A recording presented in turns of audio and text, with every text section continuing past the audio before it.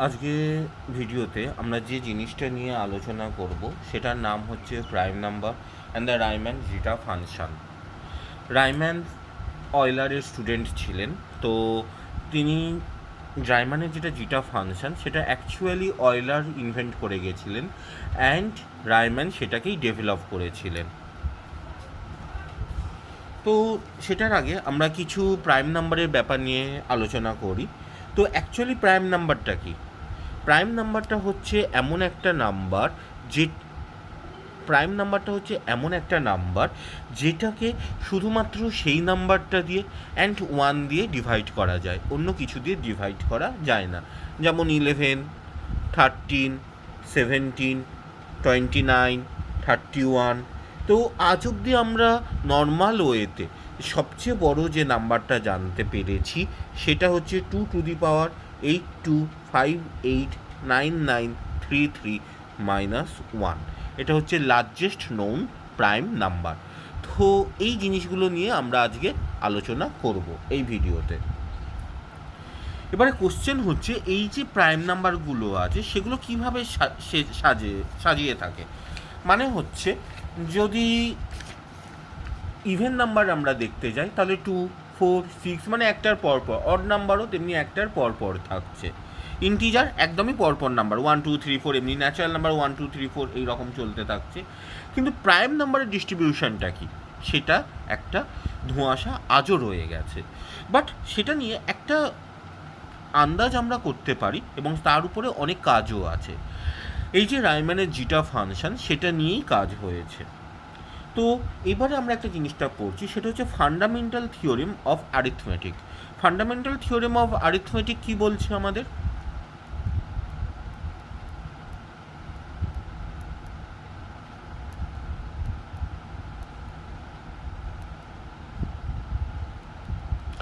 Fundamental theorem of arithmetic বলছে every natural number, যে প্রত্যেকটা ন্যাচারাল নাম্বার আছে সেটা কোনো না কোনো প্রাইম নাম্বারে ফ্যাক্টরাইজেশন ফর্মেই থাকে অলওয়েজ। যেমন ধরো 15, সেটা 3 × 5 ফর্মে লিখতে পারো, অথবা 24, সেটা আমরা কি লিখতে পারি 2³ × 3 এইরকম ফর্মে লিখতে পারি। তাহলে এই আমরা দেখতেই পাচ্ছি যে প্রত্যেকটা নাম্বার আমরা প্রাইম নাম্বারে ভেঙে দিতে পারি। তা প্রাইম নাম্বারকে আমরা কি বলতে পারি? অ্যাটম বলতেই পারি মাল্টিপ্লিকেশনের দিক দিয়ে দেখতে গেলে। তো সেটাই। এবারে কথা হচ্ছে যে আমাদের কাছে কতগুলো প্রাইম নাম্বার আছে, এই ইউনিভার্সে কতগুলো প্রাইম নাম্বার আছে। তো নর্মালি তো আমরা মনে ভাবতেই পারি যে অনেক আছে, কিন্তু সেটা কি ইনফিনিটি অবধি যাবে নাকি একটা লার্জ নাম্বার হবে? এইখানটায় আমরা কি এন্ড প্রাইম নাম্বারে এন্ড অবধি কখনো পৌঁছাতে পারবো? এটা একটা কোশ্চেন। তো তার আগে একটা জিনিস নিয়ে আমরা আলোচনা করি। তুমি যদি খেয়াল করে দেখো, দুটো অ্যাসাম্পশন আমরা আগে নিয়ে নিই। ধরো একটা নাম্বার এন, যেটা অ্যাটলিস্ট গ্রেটার দ্যান 2, ঠিক আছে? এন যদি অ্যাটলিস্ট গ্রেটার দ্যান 2 হয় তাহলে আমরা কি বলতে পারি? For any x n into x plus 1, এটা কি হবে? Not divisible by n. এটা আমরা বলতেই পারি 1 নম্বর প্রপার্টি। ঠিক আছে, এটা প্রুভ করার কোনো দরকার নেই, এটা ইজিলি বলতে পারি যে তুমি যে কোনো নাম্বার নিয়েই দেখতে পারো। সাপোজ ধরো এনের ভ্যালু আমরা 5, তাহলে 5 × 3 কত হচ্ছে? 15, 15 + 1 16 হয়ে যায়। 16 কখনোই তোমার 5 দিয়ে ডিভিজিবল হতে পারবে না। বা এনের ভ্যালু 7 × এক্সকে আমি 2 ধরে নিলাম, কেন এক্স যে কোনো নাম্বার তুমি নিতে পারো। তাহলে 7 × 2 কত হচ্ছে? 14, 14 + 1 15, 15 কখনো 7 দিয়ে ডিভিজিবল হতে পারে না। তো এই রকম আমরা আরেকটা কন্ডিশন ধরে নিচ্ছি, কন্ডিশন নাম্বার 2। সেটা কি? সেটা হয়ে যাচ্ছে ওয়াই যদি অ্যাটলিস্ট গ্রেটার দ্যান 2 হয়, মানে ওয়াই যদি, এটাও ঠিক, অ্যাটলিস্ট গ্রেটার দ্যান 2 নিলাম আমরা, তাহলে সেটা কোনো না কোনো প্রাইম নাম্বার দিয়ে ডিভিজিবল হবেই। মানে then it is divisible by some prime number. যেমন ধরো আমি 15 ধরলাম, এটা যদি 15 হয় তাহলে এটা ডিভিজিবল বাই কত হচ্ছে? ডিভিজিবল বাই 3 হচ্ছে, ডিভিজিবল বাই 5 হচ্ছে। যদি আমরা 11 ধরি, তাহলে 11 একটা প্রাইম নাম্বার হলেও সেটা ডিভিজিবল বাই 11 তো হচ্ছেই, তাই না? মানে সেই নিজস্ব প্রাইম নাম্বার দিয়ে তো সেটা ডিভিজিবল হচ্ছেই। তাহলে এই দুটো কন্ডিশন আমরা ধরলাম। এবার এর উপরে আমরা কাজ করছি। আমরা একটা ফাইনাইট নাম্বার প্রাইম নাম্বার ধরে নিচ্ছি, যেটুকুনি তুমি জানো, ঠিক আছে? ধরছি সেইগুলোকে আমরা এই রকম নাম দিলাম, P1, P2, P3 dot dot dot dot PA, এই রকম নাম্বার দিয়ে একটা লিস্ট নিলাম, যেখানে বলছি PA আমার লাস্ট নোন প্রাইম নাম্বার। ওকে, এবং তাই যদি হয় তাহলে আমি একটা ওয়াইকে আমি এই রকম ফর্মে লিখছি, ওয়াই ইকুয়াল টু আমি এমনি লিখছি P1 into P2 into P3 dot dot dot dot PA plus 1। তাহলে এবারে আমি কি বলেছি, এই যে ধরো তুমি এখানে নিজের ইচ্ছে মতন একটা প্রাইম নাম্বার ধরো, P3কে ধরলাম আমি সাপোজ, ঠিক আছে? তাহলে P3কে আমি N ধরে নিলাম, ওই অ্যাসামশন 1-এর যে N আছে ওইখানে N ধরে নিলাম। তাহলে এটাকে আমরা N ইন্টু X প্লাস 1 লিখতে পারি, তাই তো? তাই যদি হয় তাহলে এটা আমরা কি বলতে পারি, তাহলে এটা P3 দিয়ে ডিভিজিবল হবে না, নট ডিভিজিবল বাই P3, তাই তো? তাহলে সিমিলারলি যদি আমি P2কেও ধরি, তাহলে এটা নট ডিভিজিবল বাই P2। যদি আমরা PA-কেও ধরে নিই, নট ডিভিজিবল বাই PA হলো। কিন্তু কথা হচ্ছে যে আমি যখন ওয়াই ইকুয়াল টু এই পুরো ফর্মটা ধরে নিয়েছি, এই যে দেখো, এই যে ওয়াই, এই পুরো ফর্মটা আমরা ধরে নিয়েছি, তাই তো? NX প্লাস 1 দিয়ে ডিভিজিবল হবে না এই গোটা টার্মটা। তাহলে তাই যদি হয় এখানে NX প্লাস 1 দিয়ে ডিভিজিবল হবে না, মানে এখানে এনটাকে যদি আমি এবারে ওয়াই ধরে নিই, এই এনটাকেই যদি আমরা এবারে ওয়াইয়ে কনভার্ট করে দিই, তাহলে ওয়াই দিয়ে এই ফর্মটা ডিভিজিবল হবে না। তাহলে তাই যদি হয়, কিন্তু আমার কন্ডিশন নাম্বার 2 কী বলেছে, এই যে পুরো ফর্মটা অবশ্যই একটা না একটা প্রাইম নাম্বার দিয়ে ডিভিজিবল হবে। আমি তাহলে বলতে পারি যে আমি যে কটা প্রাইম নাম্বার ধরেছিলাম তারপরেও একটা প্রাইম নাম্বার আছে, ধরছি সেটা PA প্লাস 1, যেটা দিয়ে এই গোটা টার্মটা ডিভিজিবল হচ্ছে। তাহলে আমরা যে ধরে নিয়েছিলাম এন্ডিং অবধি প্রাইম নাম্বার হচ্ছে PA, সেটা ভুল। তাহলে তারপরেও একটা প্রাইম নাম্বার থাকছে এবং এইভাবে সেটা চলতেই থাকছে। তাহলে আমরা বলতে পারি কি, আমাদের কাছে ইনফাইনাইটলি মেনি প্রাইম নাম্বার আছে, মানে প্রাইম নাম্বার আমরা গুণে কখনো শেষ করতে পারবো না। তাহলে সেখানে তো একটা প্রবলেম থেকেই যাচ্ছে।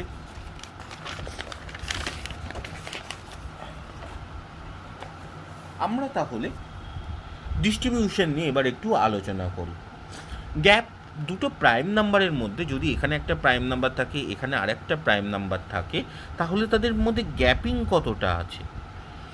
যদি 2 আর 3 এই দুটো তুমি সংখ্যা নাও, তাহলে এইটা হচ্ছে দুটো পরপর প্রাইম নাম্বার, এদের মধ্যে কোনো গ্যাপ নেই এবং এটাই হচ্ছে সবচেয়ে কাছাকাছি জানা আমাদের প্রাইম নাম্বার।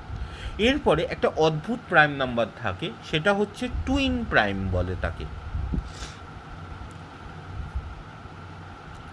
টুইন প্রাইম কীরকম দেখতে হয়, যে একটার পরের সংখ্যাটাই আবার প্রাইম হয়ে যায়। যেমন আমাদের জানার মধ্যে 3, 5 আছে, 11, 13 আছে, 41, 43 আছে, 59, 61 আছে এবং এইরকম সেটা চলতেই থাকছে। কিন্তু যত আমরা দূরে যেতে থাকি, যে প্রাইম নাম্বারগুলো আছে একটা প্রাইম থেকে আরেকটা প্রাইম, তাদের মধ্যে গ্যাপিংটা বাড়তে থাকে। P1, P2, P3 এবং সেটা আরও চলতে থাকে। তো এই ডিস্ট্রিবিউশনটা আমাদের কি করে হচ্ছে, সেইখানটার জন্য আমরা প্রাইম কাউন্টিং ফাংশন একটা বার করেছিলাম। সেটা আমরা এই রকমভাবে যদি আমরা ডিনোট করি, এটাকে প্রাইম কাউন্টিং ফাংশন বলছে। সেটা হচ্ছে the number of prime number less than equal two x. এই যেখানে এটাকে আমরা বলছি প্রাইম কাউন্টিং ফাংশন।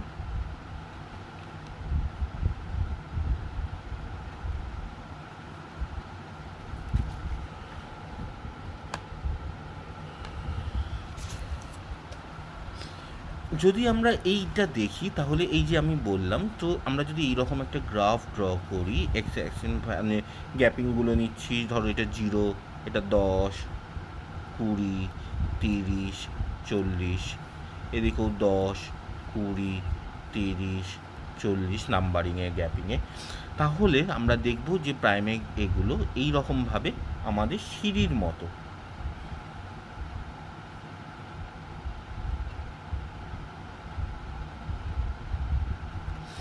এইটা উঠছে। এটা হচ্ছে পাই অফ এক্সে গ্রাফ হচ্ছে। যদি এইটাকেই আমরা একটু, যেমন ধরো পাই অফ, আমি বলতে চাইছি জিনিসটা আরও বুঝিয়ে দিচ্ছি, 5.5 সাপোজ নিলাম, তাহলে এখানে কতগুলো হবে, তাহলে সেটা মানে 5 হয়ে যাবে, তো সেটা হয়ে যাচ্ছে তোমার 3। এটা যদি আমরা 15 নিই তাহলে সেটা কি হয়ে যাচ্ছে 6। কেন?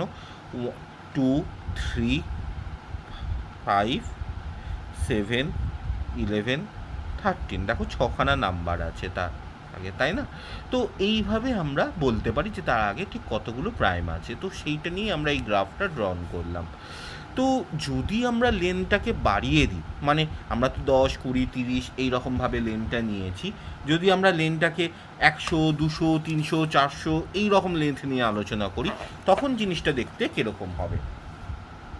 সাপোজ যদি আমরা এই রকম করি, মানে এটা সাপোজ 250 নিলাম, অনেকটা বড় লেন্থ নিলাম, তারপরটা 500 নিলাম, তারপরটায় 750 নিচ্ছি, তারপরটায় 1000 নিচ্ছি,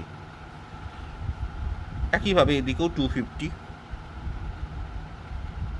না 50 নিয়ে কাজ করি, 50, এটা 100, এটা হচ্ছে তোমার 150, এরকমভাবে যদি আমরা জিনিসটা যাই, তাহলে জিনিসটা আমার এই রকম থাকবে জিনিসটা, মানে একখানা স্ট্রেট লাইন টাইপের গ্রাফটা হয়ে যাবে। ঠিক আছে?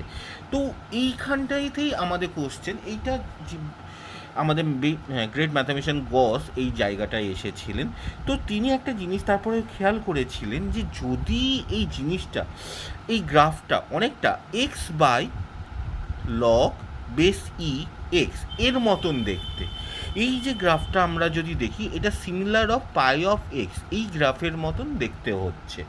মানে হচ্ছে সাপোজ ধরো এক্সের ভ্যালু যদি 10 হয়, এক্সের ভ্যালু যদি 10 হয়, তাহলে পাই অফ এক্স এটার ভ্যালু হয়ে যাচ্ছে 4, আর পাই বাই এক্স আর এক্স বাই লগ এক্স, ঠিক আছে, এটা হয়ে যাচ্ছে 0.921।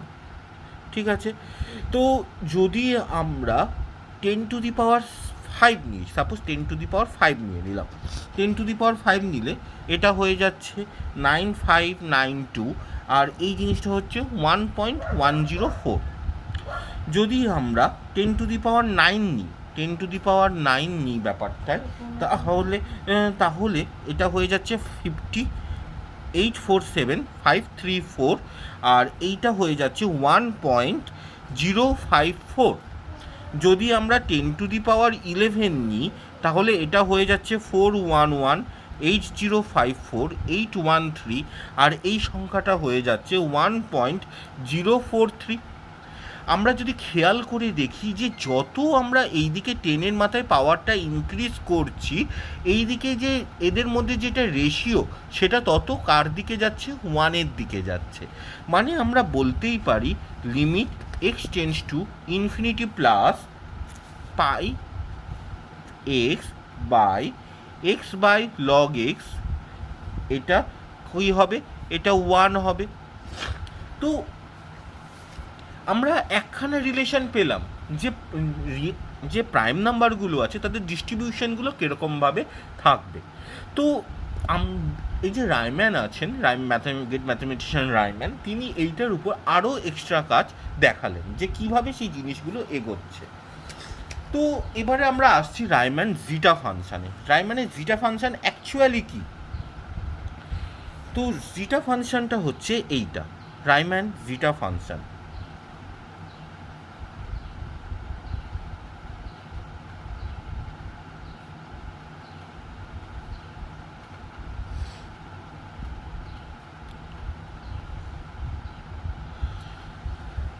রাইম্যানের জিটা ফাংশান যেটা, সেটা হচ্ছে আমার এই রকমভাবে ডিনোট করা হয়। সেটা হচ্ছে 1 + 2⁻⁻s + 3⁻⁻s + 4⁻⁻s, এমনিভাবে চলতে থাকছে। এটা মানেই আমরা লিখতে পারি n = 1 ইনফিনিটি 1/n⁻s, যেখানে হচ্ছে for real s greater than 1 হবে। এইটা নিয়ে আমরা একটু পরে আলোচনা করছি, এই জিনিসটা কেন কি বলছে। তাহলে এখানে কিছু নোন জিনিস, ধরো তাহলে জিটা যদি আমরা 2 লিখি, তাহলে সেটা আমরা কীরকম দেখতে পাবো, তাহলে 1 plus 1/2 plus 1/3 plus 1/4 dot dot dot dot. মজাদার কথা হচ্ছে এটার ভ্যালুই হচ্ছে π²/6। যদি আমরা জিটা 4 লিখি তাহলে সেটা পাচ্ছি 1/2 1/3 1/4 ডট ডট ডট। সেটা হয়ে যাবে তোমার তাহলে π⁴/90। হঠাৎ করে এখানে পাই কোথা থেকে চলে এলো? আচ্ছা, সেটা নিয়ে আমরা নয় পরের একটা ভিডিওতে আলোচনা করব। আজকে শুধুমাত্র আমরা রাইম্যানের জিটা ফাংশন নিয়ে আলোচনা করব।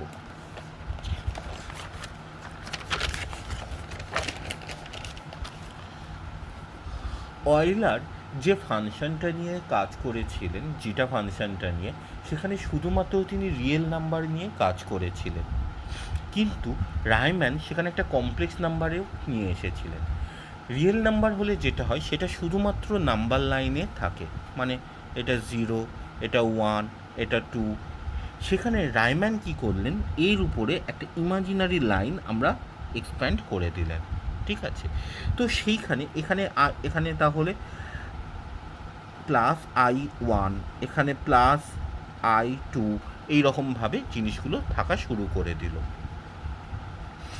তো সেটা নিয়ে আসছি আমরা। দেখো এবারে তাহলে এইটা যদি আমরা বলি জিটা এস, এটা লেস দ্যান ইকুয়াল টু অবশ্যই, তাহলে আমরা কি বলতে পারি, n=1 থেকে ইনফিনিটি 1 মডের মধ্যে ns। তাহলে এসটা যদি এবারে আমার কমপ্লেক্স নাম্বার হয় তাহলে আমরা বলতে পারি less than equal to zeta n=1 থেকে ইনফিনিটি 1/n⁴x + iy, রাইট? তাহলে সেটাতে আমরা কি বলতে পারি, ইনফিনিটি n=1 থেকে ইনফিনিটি, এটা তাহলে আমার ভেঙে যাচ্ছে, তাহলে n⁴x ইন্টু n⁴iy, এটা আমরা বলতেই পারি। তাহলে তাই যদি হয় তাহলে সেখান থেকে আমরা বলতে পারি n=1 থেকে ইনফিনিটি n⁴x, আর এটা বলতে পারি e⁻iy log of n, এটা আমরা বলতেই পারি। তাহলে এই পোর্শনটার ভ্যালু কত হয়ে যাচ্ছে, এটা তো 1 হয়ে যাচ্ছে, তাই না? তাহলে এই জিনিসটাই আমরা শুধু পাচ্ছি, তাহলে কি পেয়ে যাচ্ছি, n=1 থেকে ইনফিনিটি 1/n⁴x, এইরকমভাবে আমরা জিনিসটা বলতে পারছি। তাহলে কমপ্লেক্স নাম্বারে এইভাবে আমরা জিনিসটাকে রিপ্রেজেন্ট করতে পারছি। কিন্তু আমরা একটা জিনিস এখানে এখনও ক্লিয়ার করিনি, সেটা হচ্ছে যে এইটার সাথে প্রাইম নাম্বারের রিলেশন কোথায় থাকছে। তো আমরা আসছি সেইখানে এবারে, জিটা ফাংশন অ্যান্ড অয়লার প্রোডাক্ট। এবারে যে জিনিসটা আমরা নিয়ে আলোচনা করব সেটা হচ্ছে জিটা function and Euler product.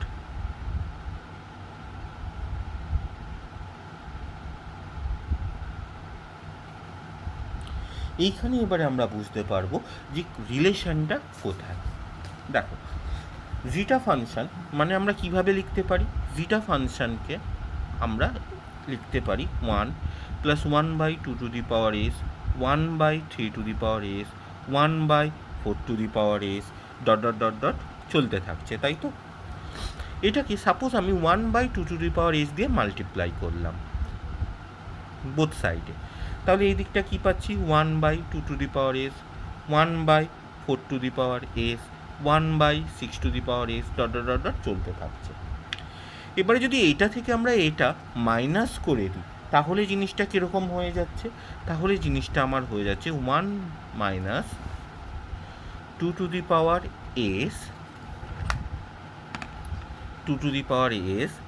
জিটা S equal to 1 + 1/3 1/5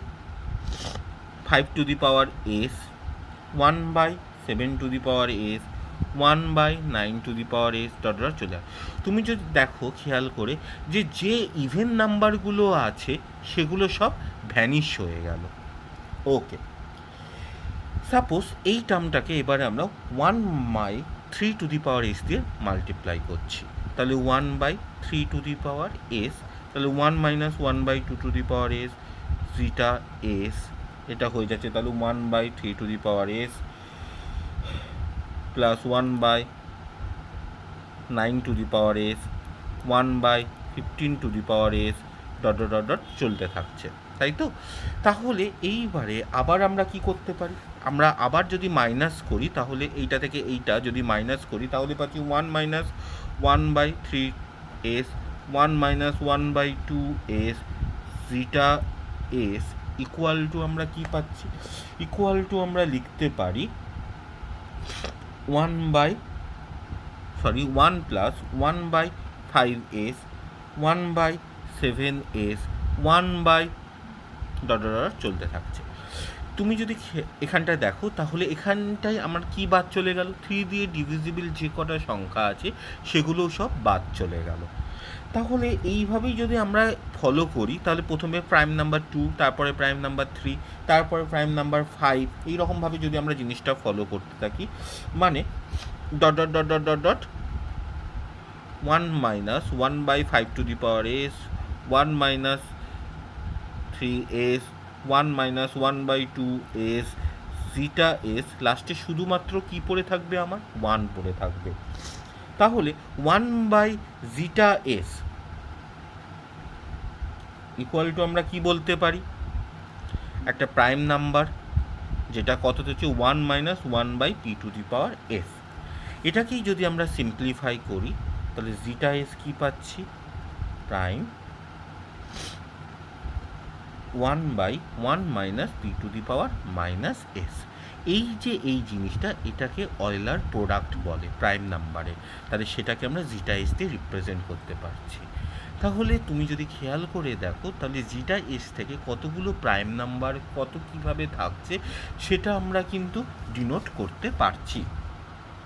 তা এটাই হচ্ছে সিগনিফিকেন্স জিটা আর প্রাইম নাম্বারের মধ্যে। এবারে অ্যাকচুয়ালি এই যে রাইম্যানটাকে আছে এটা আমরা সবসময় খুব ভালোভাবে রিপ্রেজেন্ট করতে পারছি যখন রিয়েল নাম্বার গ্রেটার দ্যান 1 হচ্ছে। কিন্তু অ্যাকচুয়ালি রাইম্যান ফাংশনটা আমরা কীভাবে লিখতে পারি আমরা আরেকটু আলোচনা করি, তাহলে জিনিসটা ক্লিয়ার হবে।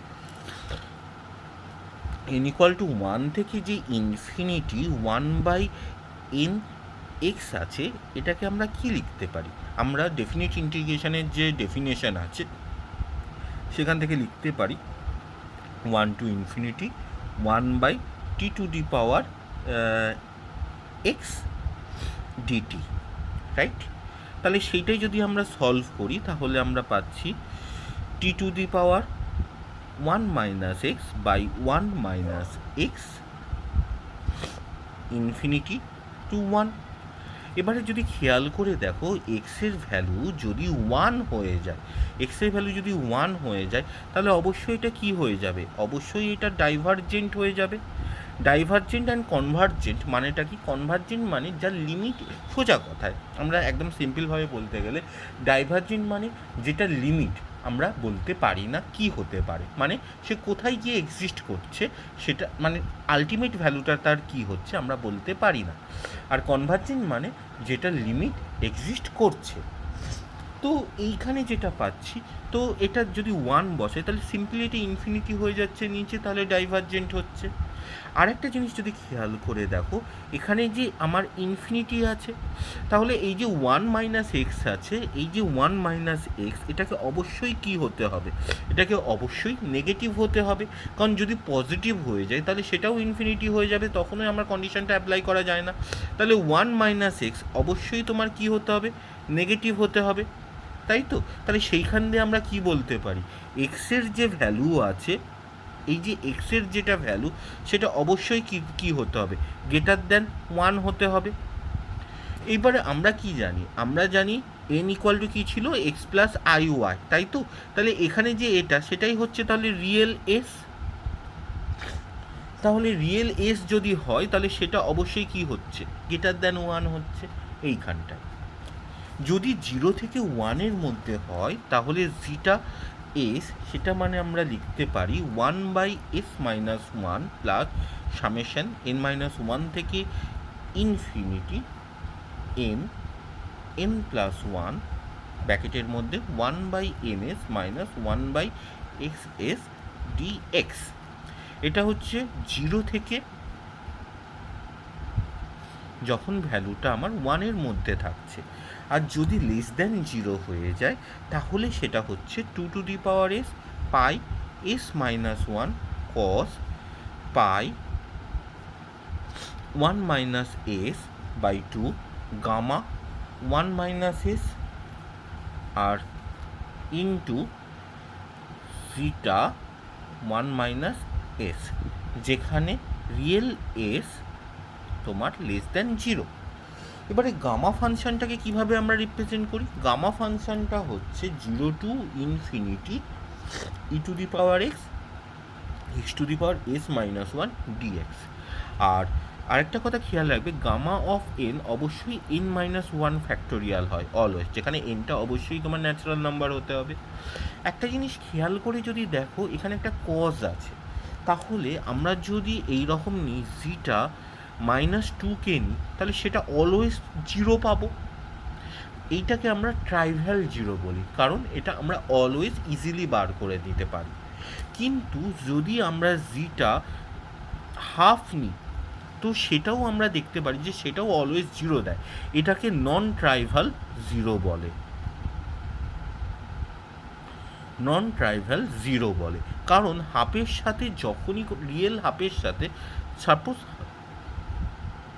এখানে হাফ হবে না, এখানে সাপোজ জিটা এস 0 হবে যখন তোমার S equal to half plus I T এইরকম থাকবে, মানে রিয়েল ভ্যালুটা যখন হাফ হবে।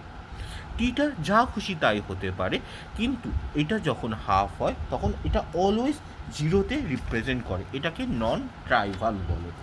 এবার যদি নন ট্রাইভাল হয় তখন আমরা সেই নন ট্রাইভাল এই যে কেন হচ্ছে সেটা আজও আমরা ঠিক করে বার করতে পারিনি।